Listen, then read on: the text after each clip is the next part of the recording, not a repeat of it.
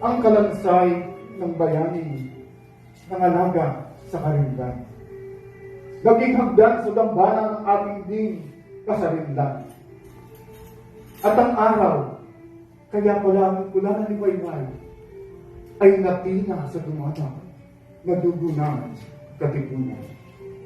Ang layaman, kung nais na mamulaklak, ay dapat ding diligin na isang lahi ng dugo ng magigiting.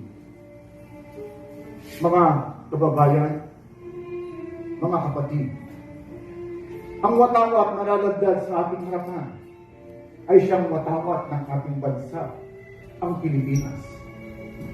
Kumakatawan ito sa isang bayang nagkakaisa na sa bawat himay-may may angkop na hugis ng kabuuan. Isang pangheograpikong sakop ng mga lupain na walang kabawasan. Isang republika, demokratiko, malaya at may kasarinlan. Ito ay siyang sagisag ng pambansang kalayaan na nagsasalarawan ng lahat ng kaakit-akit at dinadakila sa buhay nating Pilipinas. Hinubog na matikunong kamay ng panahon, binigyang buhay ng isang mapagmahal sa kalayaang mga mamamayan at inakay na mapagpalang diwa sa luksukan ng mga bansa.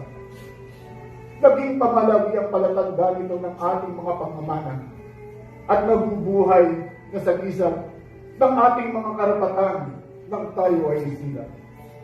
Sa kanyang pangalan, itinala ng kasaysayan ng pagkakatuklas at pagkakatatag ng isang bansa. Ang kaluluwa nito ay mabubuhay hanggang sa wakas ng panahon. At ang kanyang matayog na hita ay matatapos lamang kapag ang mga bansa at ang mga lahi ay magmaling ng ganap.